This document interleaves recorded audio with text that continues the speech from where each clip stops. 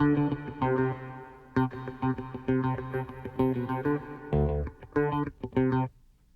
number 7, approval of the second conversion charter amendment for Chamblee Charter High School.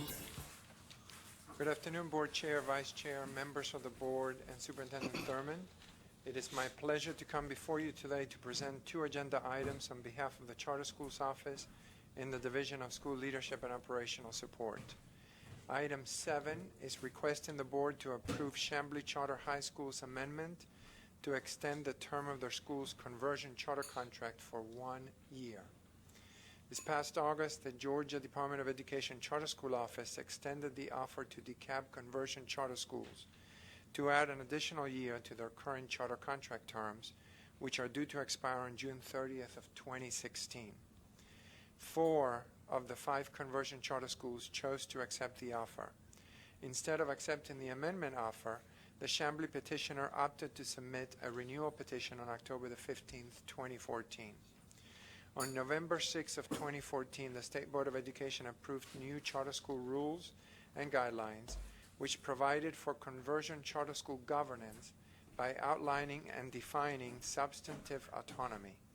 These new rules, enacted after the petition was submitted, impacted the petition review process for the petitioner.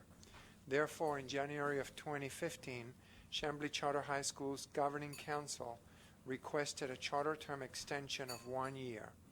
This 1-year extension would allow the district and petitioner to further collaborate and plan for the substantive autonomy sought by DCSD conversion charter petitioners in accordance with the new State Board of Education rules and guidelines. There are no additional costs associated with this agenda item. I believe you have some supporting documents associated with this agenda item as well. And Mr. Chairman, at this time, subject to any questions you or the board may have, I recommend item 7 to be placed on tonight's consent agenda. Is there any discussion? Mr. Jester? Yes, OCGA, like you were saying, defined the funding for startups and statute, but the documents that you sent me, I didn't see where it defined funding formulas for conversions. Is that where a lot of confusion comes from? It does at times, yes. It is not clearly defined in the law. So what formula are we using to fund conversions? Or is that a much broader topic than for here? It's a pretty broad topic. All right, let's skip that question. Funding.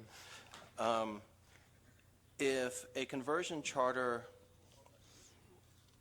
had the ability to govern itself autonomously like the state rule recommends, is there any reason not to use the same funding formula for conversion charters as we do startups? That would put that conversion charter school, Mr. Jester, in a very totally different, it would look very different than what a conversion charter school looks like currently. It would look pretty much like a startup charter school. It seems like the state is kind of moving in that direction, that they want us to treat conversions like startups if they can handle it.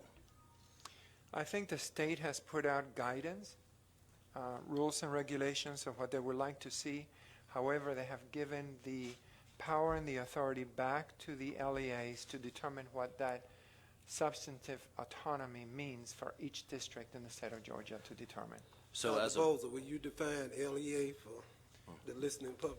Yes, basically our school district, each school district governing board.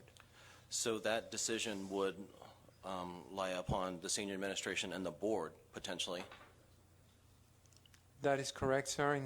As a matter of fact, the superintendent has asked the staff to work on that, along with policy IBB, to present that to him so he can then make a decision as to how that's going to be moved. Do we have so we're talking about trying to finally figure out how we're going to fund conversion charters. That's what y'all are discussing.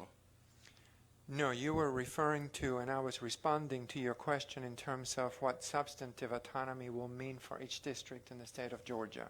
Well, I was talking about, given that autonomy, could we fund conversions just like we fund startups?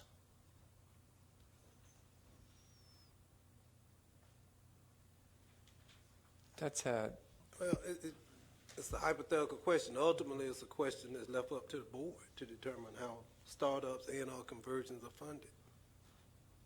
So they're both charter schools. Potentially, we could do that, and I would really recommend that the board consider that. Thank you. Mr. McMahon? Thank you, Chair, and thank you, Dr. Boza, for your communications on our charter schools.